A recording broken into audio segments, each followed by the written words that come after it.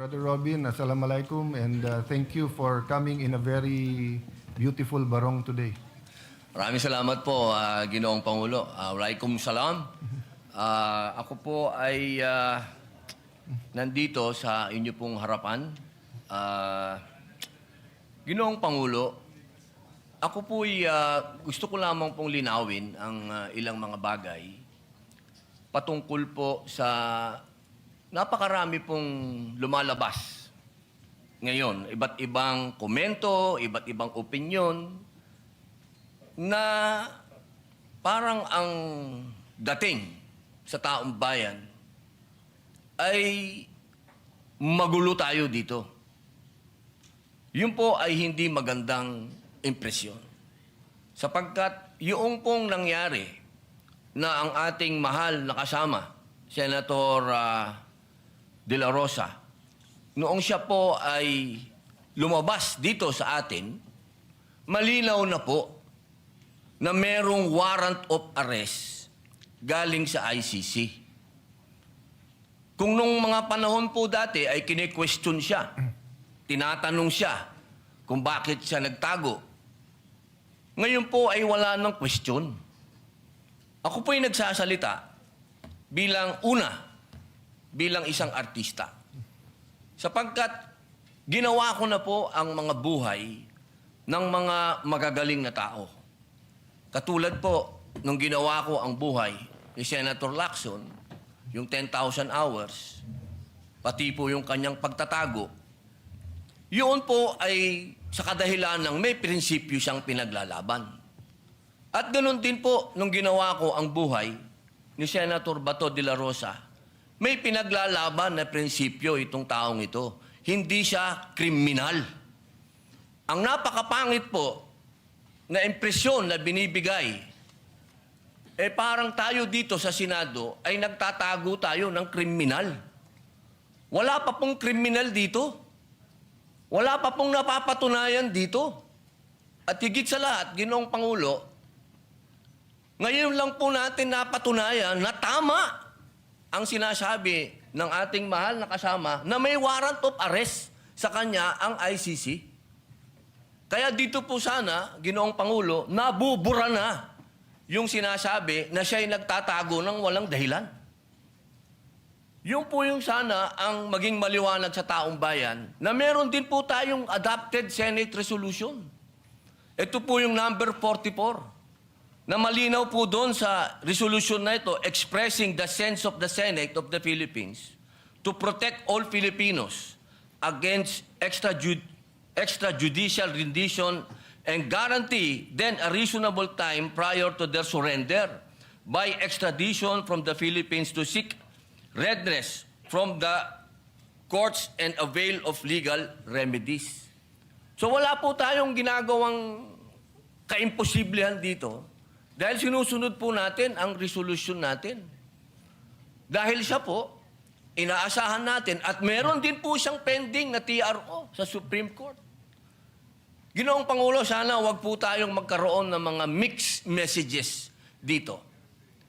Hindi ko po hinihingi doon sa ating mga kasama na bumoto ng no dito sa resolution nito na pumanig kay Senator De La Rosa.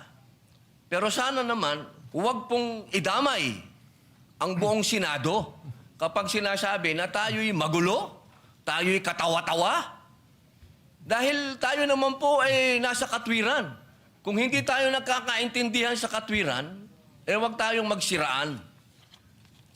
Dahil tayo naman po sumusuporta kapag tama naman at hindi naman patungkol sa ating bulwagan. Pero pagkatungkol sa ating bulwagan na ang pinag-uusapan, huwag po sana tayong magsiraan. Ito pong pagkakataon nito, Ginoong Pangulo, sana'y maging masaya tayo na nandito na ang ating kasama. Na kahit pinaghahabol, diyan ay pumunta dito at ipinakitang siya ay isang senador. Noong siya ay wala dito, hinahanap. Nung dumating, tatanungin natin, bakit siya nandito? Pambihirang buhay ito. Sana, mga mahal kong kasama, bagamat tayo ay magkakaiba ng kulay sa politika, pagdating dito sa ating bulwagan, proteksyonan natin ang Senado. Hindi dapat pinapayagan natin sa labas ng gate natin may nagche-checkpoint. Ginoong Pangulo, maraming salamat po. Wala kaming tulog. Pasensya na kayo. I will refer the manifestation of the Honorable Senator Robin to the Padilla to the Committee on Rules and Public Order. But before that, may I make 3 points of information for all of us. Before that, an appeal sa lahat ng naka-video kagabi, whether dito sa labas ng session hall, whether dyan sa baba, dun sa ginulpi na member ng ating Office of the Sergeant of Arms, or dun sa labas, please volunteer and submit your video because we agreed with the NBI that they will conduct a fact-finding. The Senate will also conduct a fact-finding. And the NBI director promised us that if any of his agents exceeded their authority, they will be dealt with by law, whether administrative or criminal charges. I'll just finish, Senator Subirmay. So his report was that nangharas daw yung OSAHA, but when I showed him the video, he was also surprised. But of course, there are many videos. So that's my first point, that in reaction to what you said, iba yung magulo Senate, iba yung ginugulo ang Senate. Di ba? Kahit sinong tahimik, pag ginulo, magmumukhang magulo. But today shows you na walang gulo. Number 3, I think that is the inherent weakness of social media versus news. Legitimate, I will not use legitimate because everything is legitimate no matter what the platform. But what I'm saying is that when people cut interviews, so for example, I think Senator Trillanes said, anong pinagsasabi ng mga senador, including myself, he gave up.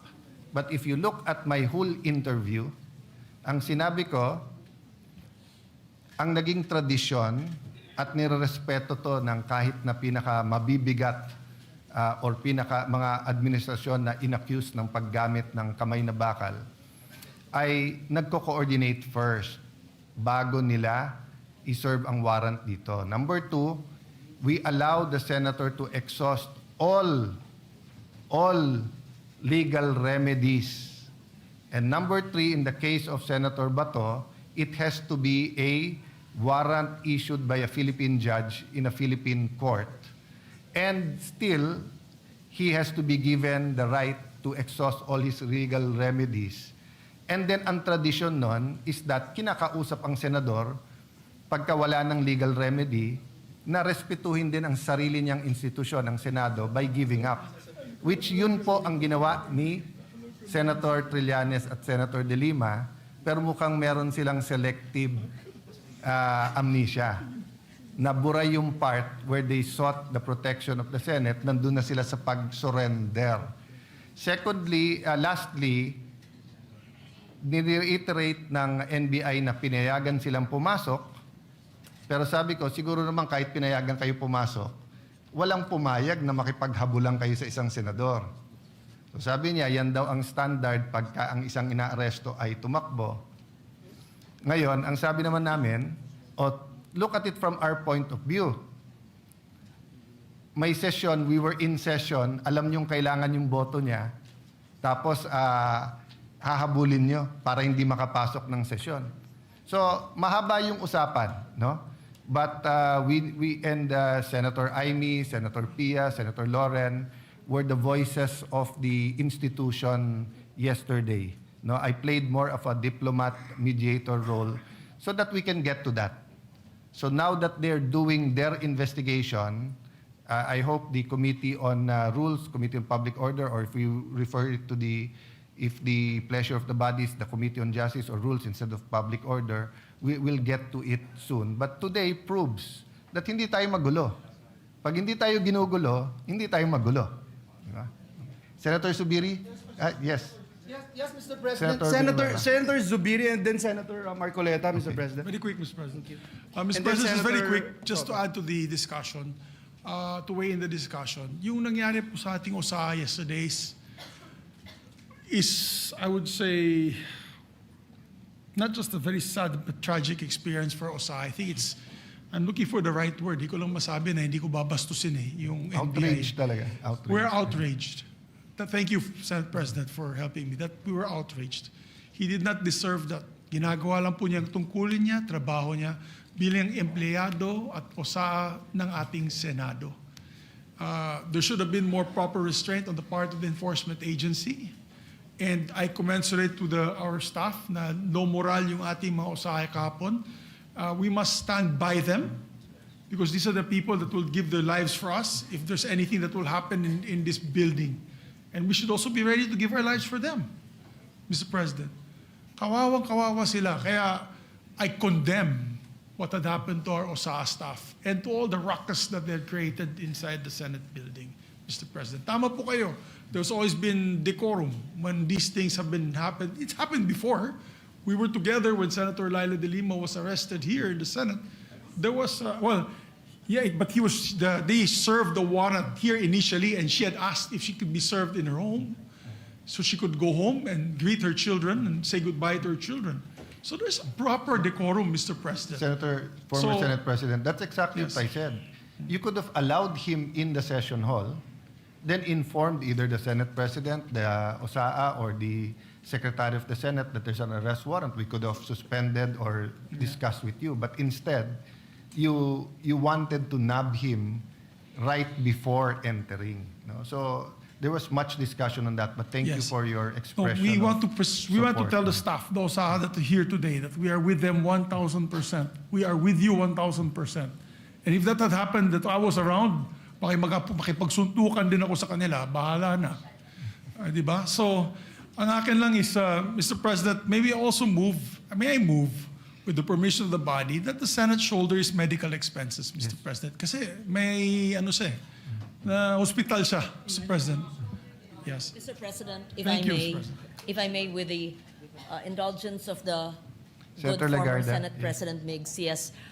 It was with Senator Pia Cayetano that we went to the clinic yesterday and we saw Terence Lim, the OSAA. I will not give the details on which hospital, but he was being checked by our medical doctor. And because there was supposedly a hematoma and we saw his physical condition, so we asked for an ambulance, Senator Pia and I, and he is in a private hospital now.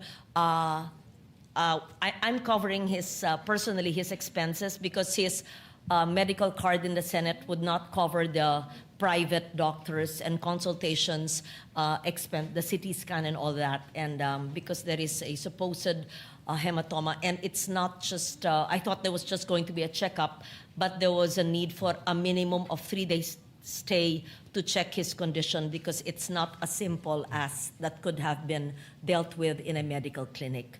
All I can say was we were shocked. Senator Pia would probably be able to explain this. I could not explain how that actually could happen at the gates of the Senate.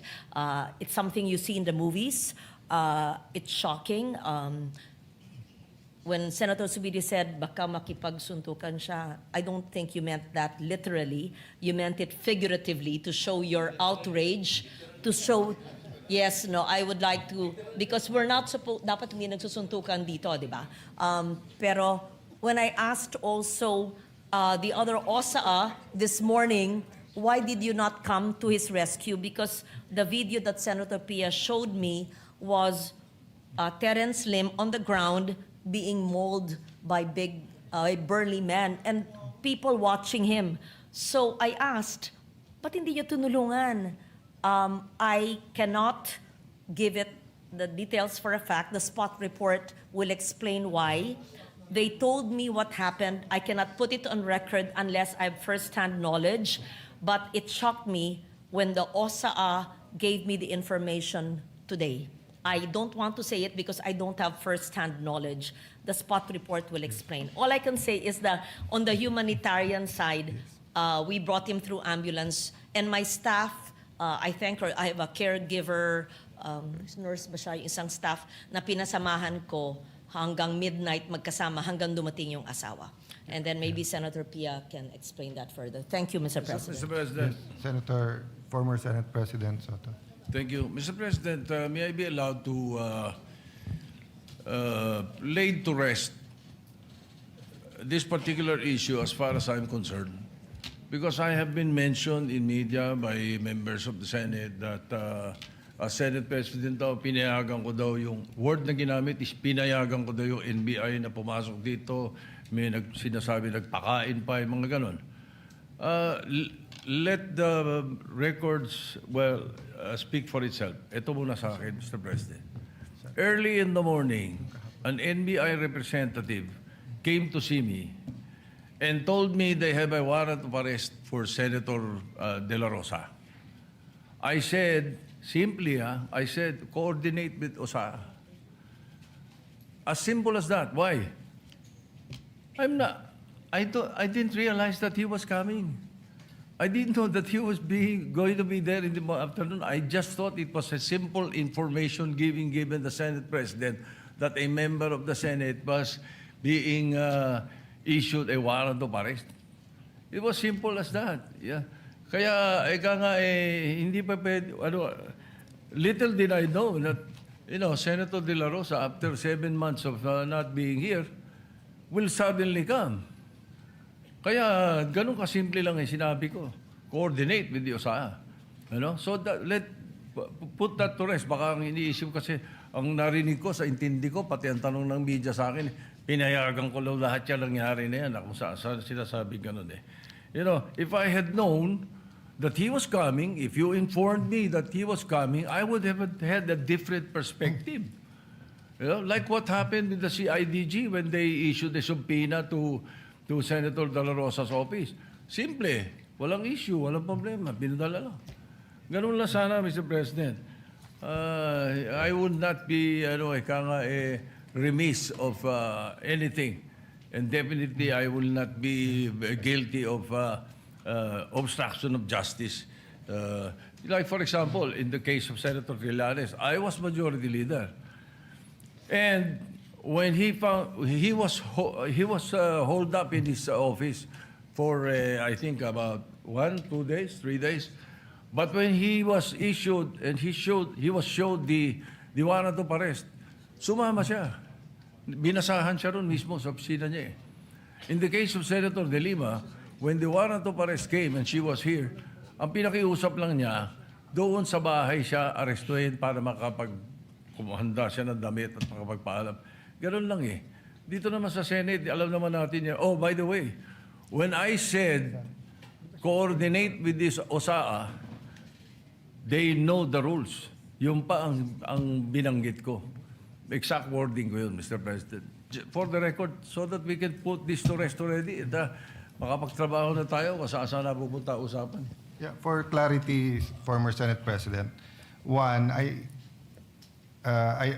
asking for a report, but I remember Senator De Lima stayed in her room for a few days before that. No, so the way that they're saying that surrendered right away is she was allowed to exhaust remedy. Now, as Senator Pia, Senator Lawrence, Senator Aimee, and Mark Villar were in the room with me. It was the NBI director who said, pinayagan kami ni Senator Soto, alam niya nga arestuhin namin. Kami ba iikot sa loob at mapapasok ba namin lahat ng tao? So I corrected him. I said, kung pinayagan man kayo, they're my witnesses, I'm just Senate President. So ang sinabi ko sa kanila, assuming pinayagan kayo ni Senator Soto, hindi naman siguro siya pumayag, makipaghabulan kayo, di ba? So yun ang sinabi. And sabi namin, ang sagot nga niya, sir, nakita niyo nung umabot na sa loob ng session hall, hindi na naming hinabol.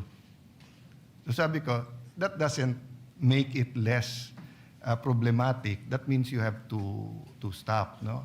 So, Senator Pia, you were there, so please feel free to speak. For full disclosure, I asked him after it was established na nakipaghabulan hanggang dito. So sabi niya, ni NBI Director, sabi ko sa kanila, wag silang papasok sa session hall. Sabi ko, so ang instructions nyo is hanggang lang makapasok, hanggang dun lang sa pinto bago mag-session hall, hahabulin nyo? And then, medyo hindi niya na sinagot yun. So, that's what is the logical conclusion na hanggang tumungtong sa session hall, habulin nyo, gawin nyo, because I asked, what is your objective na i-serve yung warrant? Yes. So, may kasamang habulan. And basically, the answer seems to be yes. And He did say yes, but And Major wasn't General no. Samonte said that at 2 p.m., the warrant of arrest was shown to former Senate President in the presence of undersigned, but copies were not allowed to be distributed. But consistent with the Senate President said, earlier this morning, NBI Chief Attorney Dongalo paid a call to the undersigned to coordinate an arrest order. As per agreement, the supposedly arrest should be effected when the warrant of arrest is presented as guidance of the former Senate President Vicente Soto. On or about 2 p.m., the warrant of arrest was shown to the former Senate President, the President undersigned, but copies were not allowed. So in the report kasi po, sir, ni Sergeant at Arms, the arrest was coordinated, not just the arrest warrant. That's why maybe the media, this was submitted during the session. Yes, but I clarified that I do not believe that the actual manner. So there are two issues, no? Was it coordinated, which they're saying that they're disputing that. Secondly, the manner in which they carried out the order. Senator, Mr. President, just to put on record, the parliamentary status is that Senator Padilla made a manifestation and he is about to be interpellated by Senator Marcoleta. And so we thank the gentleman for allowing our colleagues to interject. But before we say something, Mr. President, I just wanted to add to what our colleagues mentioned dahil yung mga osaan natin na nagpapakamatay for the Senate institution, Mr. President, pakita natin sa kanila, Mr. President, that we are all out in defending them. Ako po, Mr. President, nandun mismo ako doon sa Senate Clinic nung dinala yung OSAA personnel natin. Mr. President, bugbog sarado siya. Dito sa video, kuha mismo ng staff ko, Mr. President, kinukuha, sinakay, pinilit isakay doon sa sasakyan. Tapos umalis. Ito, duguan na po yung ating Senate OSAA. Kaya yung totoo yung sinabi ni Senator Migs, nakausap ko si Senator JB, nakausap ko si Senator Robin, nakausap ko si Senator Jinggoy, lahat po kami talagang nagpanting ho yung tenga namin dahil, Mr. President, ito yung tao ho natin to mga kasamahan natin na nagbabantay at ginagawa lang yung trabaho. Yun pong individual na ito, Mr. President, kakaisang buwan pa lang po niya dito sa Senado. Kakatapos lang ng training niya to be part of OSAA. And yet, Mr. President, ito yung naranasan po niya sa Senate premises, Mr. President. Kaya hindi lang po yung medical treatment ang aming hinihiling, Mr. President, pati ho legal, Mr. President, ibigay natin what we can do. Because, Mr. President, kung walang magpa-file ng kaso sa mga ito, ako mismo magli-lead to file cases against these people, Mr. President. Thank you, Mr. President, and may we now recognize Senator Rodante Marcoleta for his interpellation. Thank you, Mr. President. Thank you. may I just state, Senator Padilla, so all of this is preliminary. An investigation is going on administratively, but yun nga, I urge the Committee on Rules to take charge so that we can get all of the facts, because apparently, even with just 24 senators, history repeats itself. I mean, there's been several senators arrested, attempted to be done here, and that's historical. Even during the first parliament, ginagawa ng mga hari at reyna yan, hinaharas minsan, or minsan legitimate. So anyway, thank you for bringing it up, and you have the floor, Senator Padilla. Ginoong Pangulo, gusto ko lamang pong ibalita sa ating mga kasama na naging maganda po ang responde ng Commission on Human Rights, sapagkat kaninang umaga po nakipagpulong sila sa atin at nakipagpulong po sila sa USAA at kay Senator Bato de la Rosa patungkol po sa nangyari na karahasan at pang-aabuso sa karapatang pantao ng ating mga kasama dito sa Senado.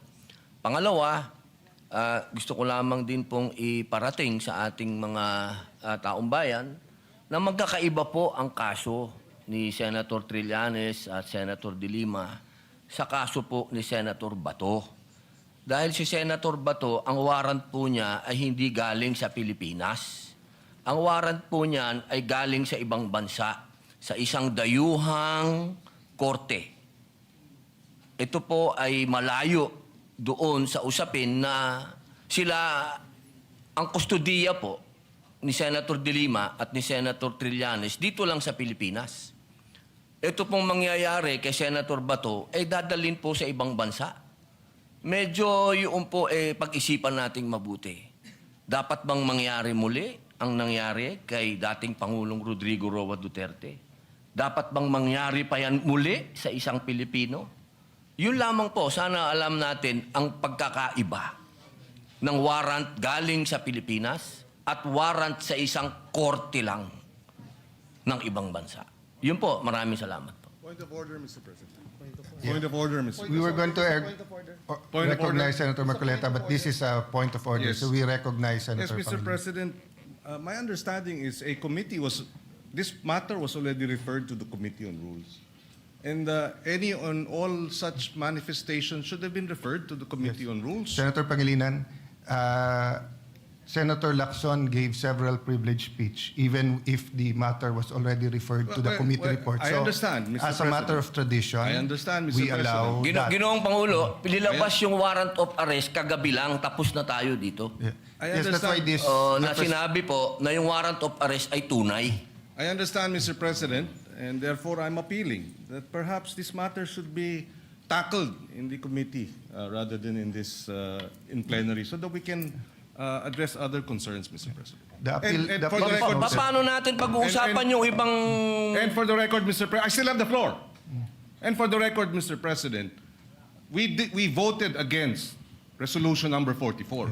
So to say that we have this resolution, yes, but there are senators who voted against it, and therefore it is not necessarily our agreement with the points being raised by the good senator from Camarines Norte. For the record, Senator Padilla did mention a while ago that he doesn't take it against, and he acknowledges that some senators voted against it, and it's on the record. Having said that, the appeal is noted, but I just like to mention that we usually give each other leeway depending on the importance of the matter, and the threat to Senator Bato is live. There's been no official communication that he is free until a Philippine court issues a warrant of arrest. No? So I ask the patience of each member, but acknowledge the statement and the interpretation, the proper interpretation of the rules by Senator Pangilinan. So you May may we ask proceed, Senator Pangilinan. Marcoleta, Mr. President? Yes, Senator Marcoleta, He's you're been now waiting for recognized. quite a while. Salamat po, Mr. President. Kahapon pa po ako naghihintay. Ang dami na po kasing nagsalita. Sana po kung sino naman yung nauna na nagsabi, pakiunan nyo naman po. Sa akin lang po, nagpo-point of order po tayo, pero tayo rin naman po nagbabiolate ng ating patakaran. Nangyari po kasi yung nangyari kahapon, Mr. President, sa unang kasaysayan, sa kasaysayan ng institusyong ito. Nakita ko po, Mr. President, kung paano ginawa ng mga NBI yung ating pasukan. Gumawa po sila ng checkpoint. Sa akin pong palagay, magmula po nung panahon ng Philippine Assembly, hanggang ngayon, wala pa pong nangyaring gano'n. Dahil po sa respeto sa tatlong dakilang nagkakahating bahagi ng ating pamahalaan, ang executive, legislative, at saka yung judiciary. Ngayon lamang po nagkaroon ng ganitong insidente kung paano niyurakan ang dangal ng institusyon na tayo pa po ang naririto. Mr. President, gusto ko po sanang magtanong ng ilang mga bagay sa ating kasama, sa kanyang mga tinuran na pangyayari, kaugnay po ng tangkang paghuli kay Senator Bato. Ginoong Pangulo, mas maganda pong makatanggap tayo ng mga katanungan sa ating kasamang kahapon pa nag-aantay. Salamat po, Mr. President. Please proceed unless you want to postpone that till tomorrow. Mr. President, Your Honor, kanina po ay marami rin pong gustong magtanong sa akin ng mga miyembro ng press. Bagamat tinangka ko po na wag munang umarap sa kanila dahil minsan po, imbes na makapag-clarify ka, lalo pong dumadami po ang mga issues. Kaya ako na pong nagpilit na parang iniiwasan ko na po. Kaya lang, hindi mo po maiwasan. Sa dami po nila, talagang hahabulin ka po. Ang una po nilang tanong sa akin, Sir, ipa-aresto niyo po ba si Senator Bato? So sagot ko po, Mr. President, tanong din. Ikaw, kayo, gusto niyo ipa-aresto? Ang sagot sa akin, hindi po, kayong tinatanong namin kasi kayo po ang nandito. Hindi, tinatanong ka rin kita, kasi Pilipino ka. Gusto mo bang makita ang isang senador na ibinoto ng sambayanang Pilipino? Aaresto niyo sa loob mismo ng Senado? Hindi po. Okay, kung ikaw hindi, di lalo na ako. Kayo po ba'y na-interview rin ng gano'n? Opo. Sir President? Nakakagulat po sapagkat ako po din mismo mahal na kasama at idolo namin, Senator Marcoleta. Nagtataka din po ako sapagkat marami po sa mga tanong sa ating ibinabato. Parang tayo pa ay may kasalanan sa pagbibigay natin ng masasabing lugar sa ating kasama dito sa Senado. Samantalang meron naman po tayong adopted resolution number 44. Ako po'y nagtataka talaga bakit ang mga tanong ay para bang tayo ay harboring kagad ng kriminal. Ginoong Pangulo, Your Honor, yung nangyari po kahapon, mas naniniwala po ako sa dating Pangulo natin, Senator Soto, sa kanyang sinabi. Nung tinanong ko po siya kahapon, habang nagmimerienda po tayo, nung tayo nakasuspindi pa, sabi ko, Mr. SP, nung pinuntahan ka ba ng NBI, pinakita sa'yo yung warrant of arrest? Nakita mo ba? Hindi, sabi niya. Ako po naniniwala na talagang hindi nila ipinakita yung warrant of arrest sa ating dating Pangulo ng Senado. Ang ating pong miyembro ng press, Mr. President, mahilig lang silang tanong ng tanong Pero yung basic yun ang ayaw nilang tanungin Halimbawa si Trillanes, winawagayway niya, ito ay kayong warrant of ayaw man lang. Bakit hindi nila suriin? Pwede po bang makakuha ng kopya niyan? Kasi po kahapon, Sir President, Your Honor, nung makausap natin ng NBI Director,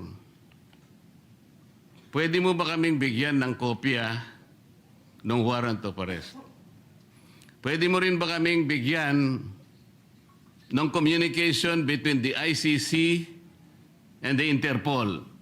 Sapagkat ang Interpol, ang karaniwang ginagamit po nila para i-execute yung warrant ng kanilang in-issue.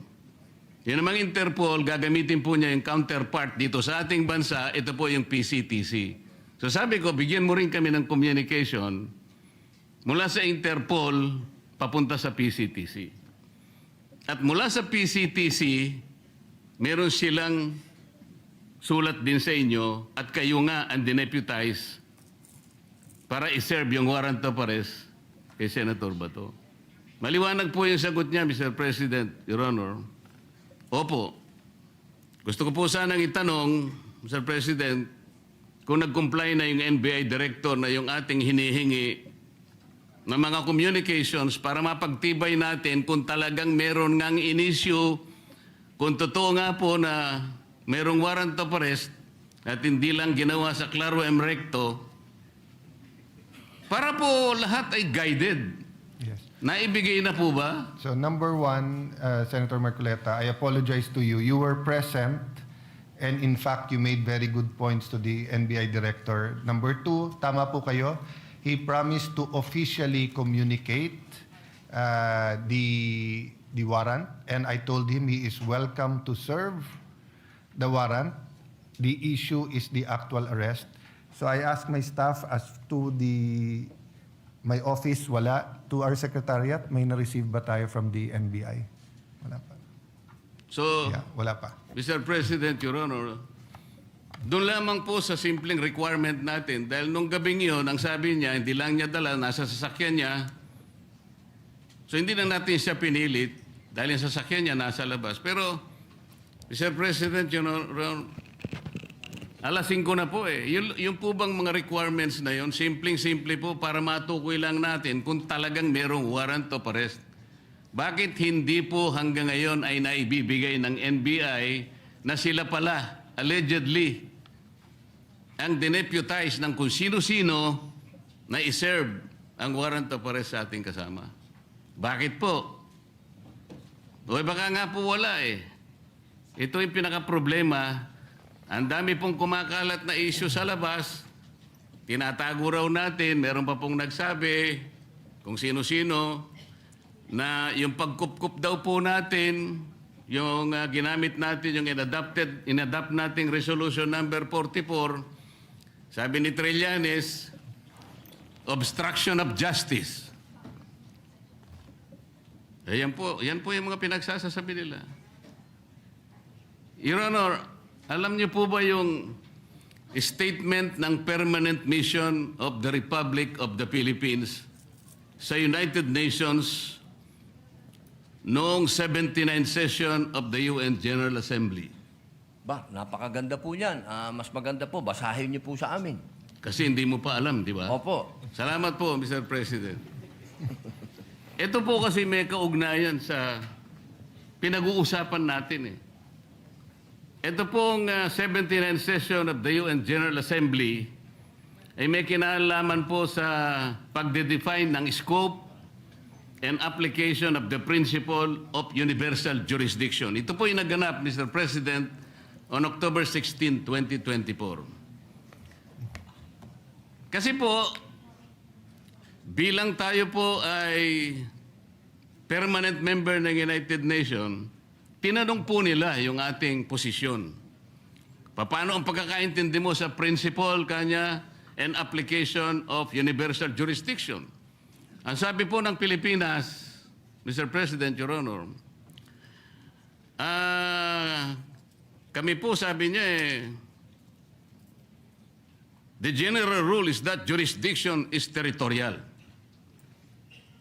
Universal jurisdiction is an exception grounded on the need to preserve international order. Tama naman po yun eh. Ang pinag-uusapan po na, sinight po ng ating gobyerno, Mr. President, yung Section 17 ng Republic Act number 9551. At sinasabi po nila doon, sabi po ng ating permanent mission, Section 17 of RA number 9851 specifically provides for the Philippine jurisdiction over persons, whether military or civilian, suspected or accused of a crime defined and penalized under Republic Act 1951, regardless where the crime is committed. Sa mga tweet, tayo na po ang nagsabi sa United Nations na tayo po yung merong jurisdiction. At sinama pa nga po yung Section 18 na kung saan ang regional trial court po ang merong jurisdiction. Primary and exclusive jurisdiction. Kanina po, Mr. President, Your Honor, binanggit po ninyo, yung warrant of arrest kasi kanya galing sa korteng hindi sa domestic nanggaling. Nanggaling naman talaga raw sa ICC. Ipagpalagay na po natin, Mr. President, na totoo nga at hindi peke yung warrant of arrest. Kunwari valid. Ang sinasabi po ng ating batas, Mr. President, isasagawa mo lang ito sang-ayon or in accordance with the extradition laws and treaties obtaining in this country. Mr. President, wala po tayong extradition treaty sa ICC. For the simple reason that ICC is not a country. Wala rin po tayong treaty sapagkat nag-withdraw na po natin. Nag-withdraw na po tayo sa ICC. O paano niya po i-apply yung kanilang warrant of arrest? Ang jurisdiction po ay atin na. Mr. President, Your Honor, on May 10, 2026, ang ating kasama, Senator Bato, was served a subpoena by the CIDG for the alleged crime of EJK. Ano pong ibig sabihin nun, Mr. President? Yung pag-serve po ng subpoena, na-operationalize na po, active na po yung kaso kahit nasa investigative and prosecutorial stage pa lang. Ibig sabihin, our National Prosecution Service is already actively on the case. Paano po papasok ang ICC? The core function of the ICC, Mr. President, is under the principle of complementarity. Ibig sabihin, kung meron pong local court na gumagawa na po ng kanilang tungkulin, wala na pong pakialam ang ICC.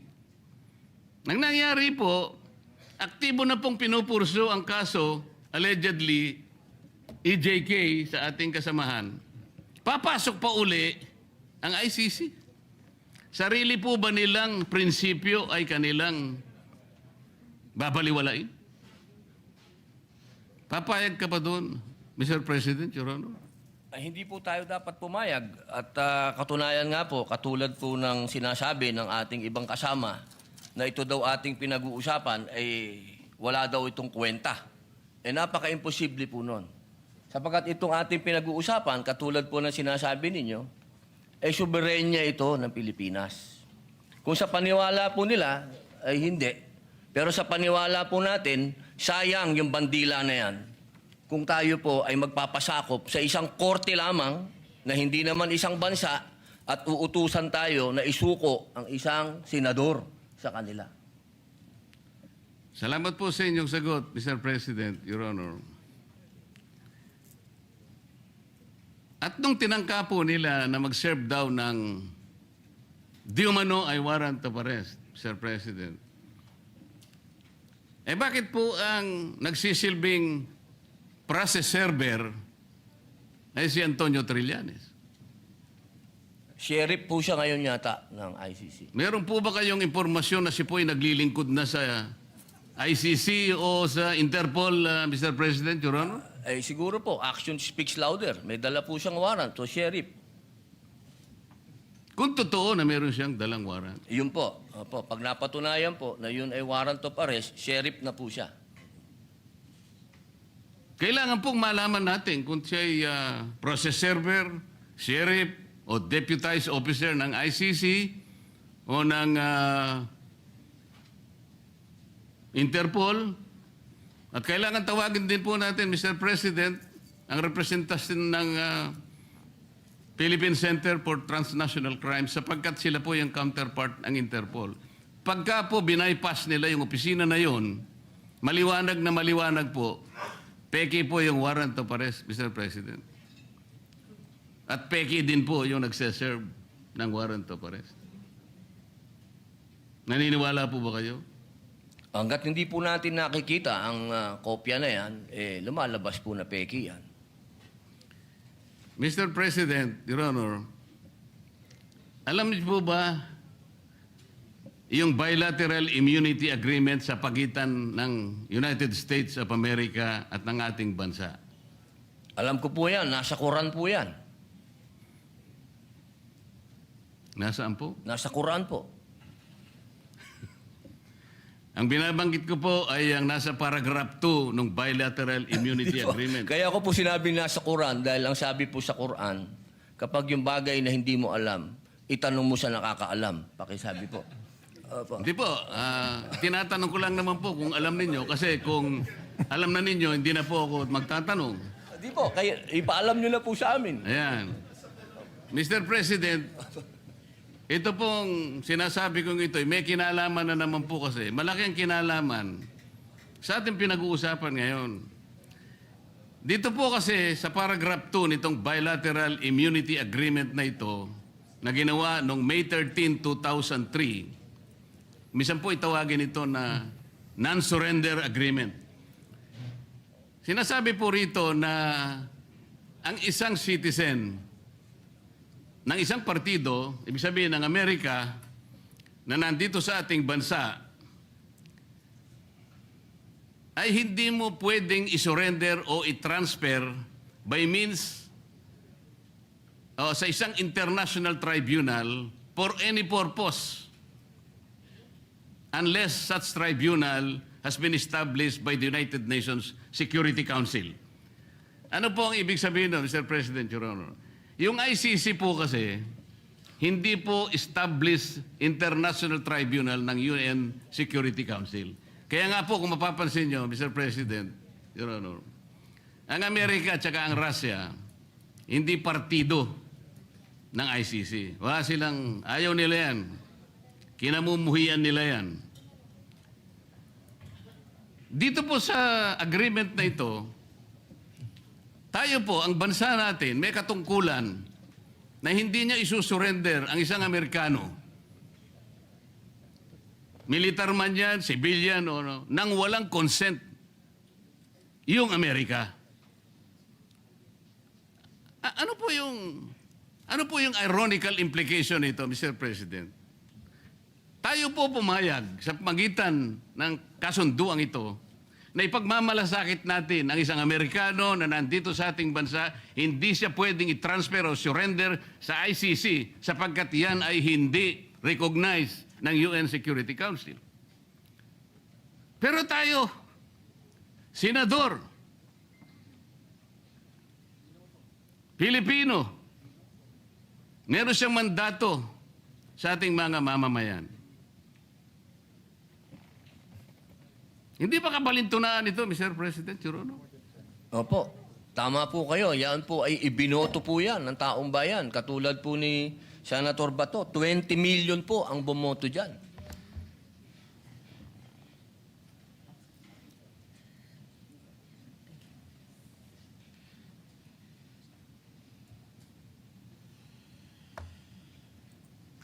Kaya ko lang po tinatanong, Mr. President, hindi ko po lubos na maisip, tayo pala kaya nating ipagtanggol ang hindi isang Pilipino, kahit hindi Pilipino, dahil lamang nakipagkasunduan tayo. Pero sarili nating kapwa Pilipino, may mandato sapagkat nagsisilbing senador ng ating bansa. Hindi natin kayang ipagtanggol. Ito po yung irony na napakahirap siguro natanggapin ng bawat isang Pilipino. Tama po kayo eh. Ang warrant of arrest po ay galing sa ICC. Ang kaso po ni Senator Trillanes ay iba sapagkat ang nag-issue ng warrant of arrest ay sarili nating korte na kailangang igalang. Ganon din po ang warrant of arrest na inisyo kay dating Senador Laila de Lima. Pero ito'y natatangi po eh. Kung totoo po na yun, ay talagang totoong warrant of arrest. At yun ay nakabase sa saligan mismo, ang Rome Statute. Bakit hindi muna nila unang basahin, Mr. President, yung Article 59 ng Rome Statute, na kung saan sinasabi ron, yung aarestuhin mong tao, kailangan madaliin mong ilagak sa isang competent judicial authority ng custodial state. Ano ang custodial state? Yung ating bansa. Bakit po kailangan yon? Maski ang ICC, kinikilala niya yun. Dahil meron pong mga prosesong dapat na mapagtibay. Una, kailangan malaman natin kung yung warrant of arrest aplikable doon sa tao na yun. Dito lang, sa pinag-uusapan natin, hindi aplikable kay Senator Bato. So meron siyang recourse para questionin yung warrant of arrest. Kaya importante na ilagak mo siya sa isang competent judicial authority. Ang isa pang kinakailangan mo maisaalang-alang doon, Mr. President, Your Honor, ay kailangan yung proseso ay naigalang lahat. At lalong-lalo na yung kanyang karapatan ay talagang nasino. Yun po yung inihingi nun eh. At ang isa pa po, meron siyang karapatan na magpetisyon kung sakaling yung custodial state na yon ay i-detain yung na-aresto, na magpetisyon ng immediate release or provisional release. Lahat ng ito ay hindi magagawa, Mr. President, Your Honor, kung kikilalanin natin yung warrant of arrest na valid sa ating jurisdiction. Meron po siyang katapat na batas eh. Meron tayong local na batas, RA 9851, na humahatol at nagbibigay parusa sa mga ganun ding mga kasalanan na siya din naman ang nililitis ng ICC. So sa prinsipyo po ng complementarity, Mr. President, maliwanag po na nasa jurisdiction na po ng ating lokal na mga hukuman ang pag-aasunto kung meron ng basihan sa ating kasama. Hindi na dapat kilalanin yung ICC sapagkat ang batayan lang nila ay yung tinatawag na principle of complementarity. Malinaw po na nangunguna po, may primary po jurisdiction ang ating lokal na korte. Exclusive and primary jurisdiction, yun po importante. Ngayon, yung pong mga nagkukunwa na process server, nagkukunwa na sheriff, nagkukunwa kung ano man sila ng ICC, kung bayaran sila o hindi, dapat po tingnan muna nila lahat yung mga bagay na pinag-uusapan natin. Bago nila puntahan ang isang institusyon katulad nito, hahabulin pa yung isa sa atin. Ang pangyayari po kahapon, uulitin po natin, Mr. President, kailanman po ay hindi nangyari sa kasaysayan ng institusyong ito. Tinanong ko pa nga po kahapon sa ating director ng NBI dahil pinipilit niya. Kaya po nung papunta na, kung makakapasok po si Senator Bato sa session hall, ay wag nyo na siyang tutugisin. Para bang ang parte lamang ng Senado, Mr. President, ay itong session hall. So nung tinanong ko, bakit po yung parking area namin na kung saan nagsimula ang habulan at saka yung mga hagdanan na hindi ba parte ng institusyong ito? Sir, sabi niya, hindi naman po kami magiging ganito kung hindi po kami nakipag-coordinate. Hindi po ako naniniwalang nakipag-coordinate sila ng totohanan, Mr. President. Mas naniniwala po ako sa ating former President na hindi niya papayagan kung alam lamang niya ang kanilang balak na pagdakip at pamamaraan ng pag-iinsulto sa bulwagang ito, Mr. President. Maraming salamat po, Your Honor. Maraming salamat po. Madam President? Madam President? Opo. Senator Padilla, please proceed. Yes. Opo. Meron lang po akong mga konting katanungan sa inyo. Sapagkat gusto ko po sanang ireklamo si Senator Pangilinan sa pagsigaw. Meron po ba siya rules natin na sinasabing pwede mong sigawan ng kapwa mo senador?